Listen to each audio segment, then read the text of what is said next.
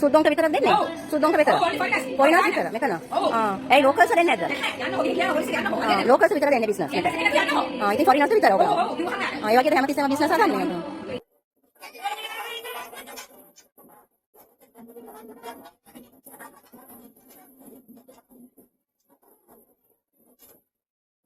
ஒரு பக்கம் என்னடான்னா வெளிநாட்டவர்களுக்கு மட்டும்தான் விற்போம், உள்நாட்டவர்களுக்கு இல்லை. இலங்கையிலேயே ஒரு வஞ்சனை.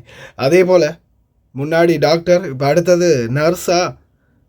அஸ்ஸலாமு அலைக்கும் அன்பார்ந்த அனைத்து உறவுகளுக்கும் இனிய மாலை வணக்கம். மிக முக்கியமான ஒரு தகவல், வீடியோவை கடைசி வரைக்கும் பாருங்கள். தெரியாத நண்பர்களுக்கும் மறக்காமல் ஷேர் பண்ணுங்கள். வீடியோ பிடிச்சிருந்தால் ஒரு லைக் பண்ணுங்கள், சப்ஸ்கிரைப் பண்ணுங்கள்.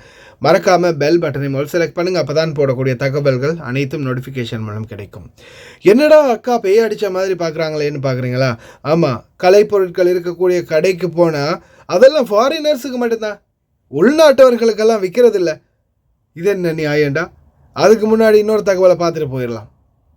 இதுக்கு முன்னாடி உங்களுக்கே தெரியும், அனுராதபுரத்தில் ஒரு வைத்தியர், பெண் வைத்தியர், ஒரு முன்னாள் இராணுவ அதிகாரி, சிப்பாயாக இருந்து இராணுவத்திலிருந்து தப்பி ஓடி வந்து அப்ஸ்காண்டாயின்னு ஒரு நபர், அவர் தன்னுடைய அறைக்கு அவங்க போகும்போது அறைக்கு பின்னால் போய் கத்தியை வைத்து மிரட்டி அவங்களுடைய கதவை திறக்க வைத்து அதன் பிறகு துணியால் வந்து அவங்களுடைய வாயை கட்டி கையை கட்டி இல்லையா, அதுக்கு பிறகு அவங்களுடைய ஃபோன்லேயே அன்லாக் பண்ண வச்சு அதில் ஹிந்தி பாட்டு போட்டு அதுக்கப்புறமா அந்த வைத்தியரை சீரழித்து விட்டுட்டு ஒரு கையை அவுத்து விட்டுட்டு, நான் உன்னைய கொல்ல மாட்டேன், சத்தம் போடாத, நான் உன்னைய விட்டுடுறேன் அப்படின்னு சொல்லிட்டு சத்தம் இல்லாமல் அவனுடைய அந்த கொடூரத்தை அரங்கேற்றிட்டு அதுக்கு பிறகு வெளியேறி போயிருக்கான். அதுக்கப்புறமா அந்த வைத்தியர் சொன்ன வாக்குமூலத்தின் அடிப்படையில் அந்த சந்தேகத்துக்கிடமான நபர் அந்த மிருகத்தை பிடிச்சிருக்கிறாங்க. அதே போல் இப்போது அந்த மிட்வைஃப்னு சொல்லுவாங்க, அந்த பிள்ளைகளுடைய பாரம் எத்தனை கிலோ இருக்குது அப்படின்னு நிறுத்து, அதுக்கப்புறமா திரிப்போசா அப்படின்னு சொல்லி ஒரு மாவு கொடுப்பாங்க முன்னாடியெல்லாம் சின்ன பசங்களுக்கு. அந்த சிஸ்டர் மாறு வரக்கூடிய அந்த இடத்துல கிளினிக்கில் ஒரு நபர் போய் அவங்களுக்கு அடிக்க போய் பெரிய பிரச்சனை பண்ணி சண்டித்தனம். நீ எப்படி இங்கே இருக்கிறேன்னு பார்க்குறேன், எப்படி வேலை பார்க்குறேன்னு பார்க்குறேன், உன்னை நான் என்ன பண்ணுறேன் பாரு அப்படின்ற மாதிரி மிரட்டி ஆக்ரோஷமான சத்தம் போட்டு மிகப்பெரிய ஒரு கலவரத்தை ஒன்று பண்ணியிருக்கிறாரு. மேசையெல்லாம் இழுத்து பாருங்கள், எவ்வளோ அராஜகம் பண்ணுறாங்கன்னு பாருங்கள். அதே மாதிரி நின்ன பெண்களுக்கும் அங்கே யாரெல்லாம் சுற்றி நின்றாங்களோ அந்த பெண்களுக்கெல்லாம் அடிக்க போகிறாரு. இது என்ன நடக்குதுன்னு புரியல. சும்மா நாட்டில் வாரம் போகிறவன்லேருந்து அந்த என்ன புள்ளப்பூச்சிக்கெல்லாம் இப்போ கொடுக்கு முளைக்குது. அரசாங்கம் சரியான ஒரு தீர்வு எடுக்கலைன்னா நாட்டில் வெட்டு குத்து கொலைன்றது சும்மா சர்வசாதாரணமாக நிகழ ஆரம்பிச்சிடும் போல் விளங்குது. நிச்சயமாக குறிப்பாக அரசாங்க அதிகாரிகள், பெண்களுக்கும் அரசாங்க அதிகாரிகளுக்கும் பாதுகாப்பு வேணும். பாருங்கள், இஷ்டத்துக்கு ஒவ்வொருத்தரும் அடிச்சுக்கிறாங்க. இது வந்து மிகப்பெரிய பிரச்சனைகளை உண்டாக்கும் போல் தெரியுது. நிச்சயமாக சம்பந்தப்பட்ட அதிகாரிகள் இதுக்கு தீர்ப்புகளை பெற்றுக் கொடுக்கணும்.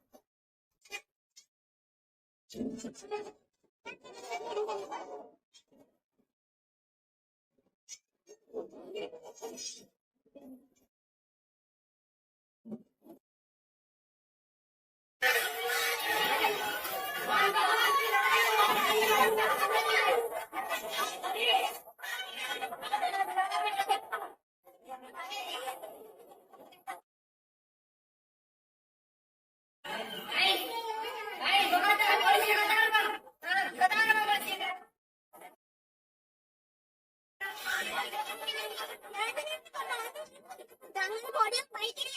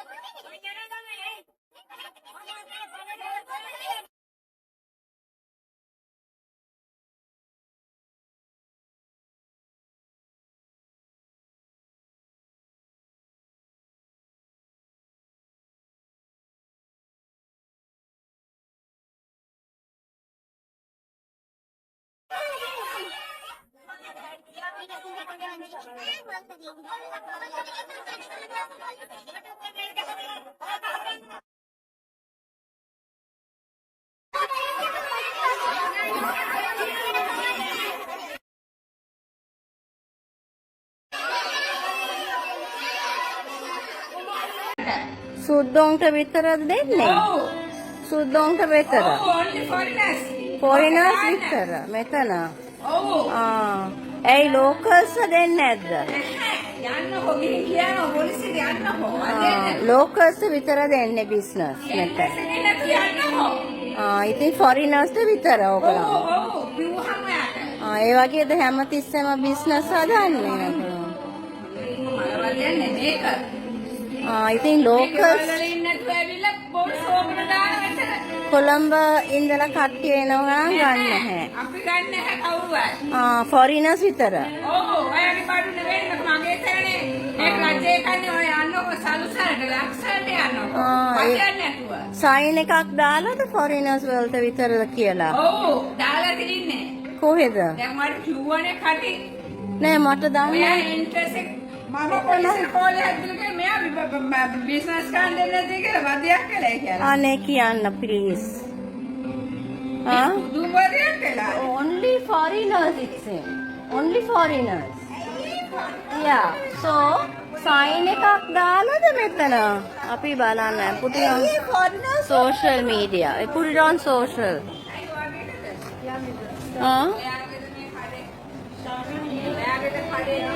No. We have to put it on social media. Can you believe? No. Wait.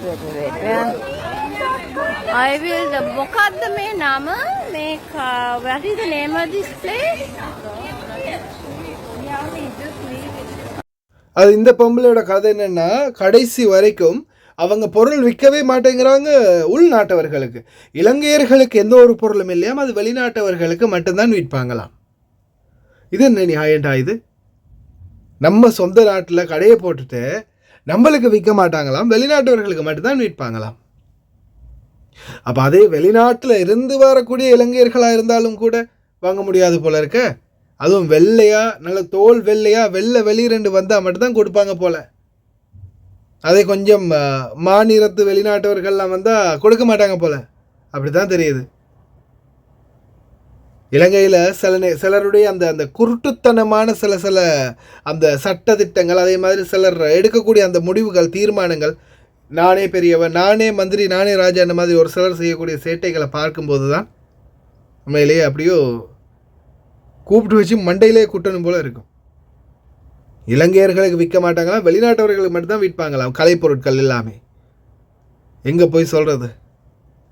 முடிஞ்ச வரைக்கும் சிந்திச்சு செயல்படணும் அனைவரும். இல்லாத பட்சத்தில் இன்னும் பழைய நிலைமைக்கே தள்ளப்படுவோம் இலங்கையர்கள். கடைசி வரைக்கும் பார்த்து எல்லாருக்குமே ரொம்ப நன்றி. வீடியோ பிடிச்சிருந்தா கருத்துக்களை தெரிவிங்க.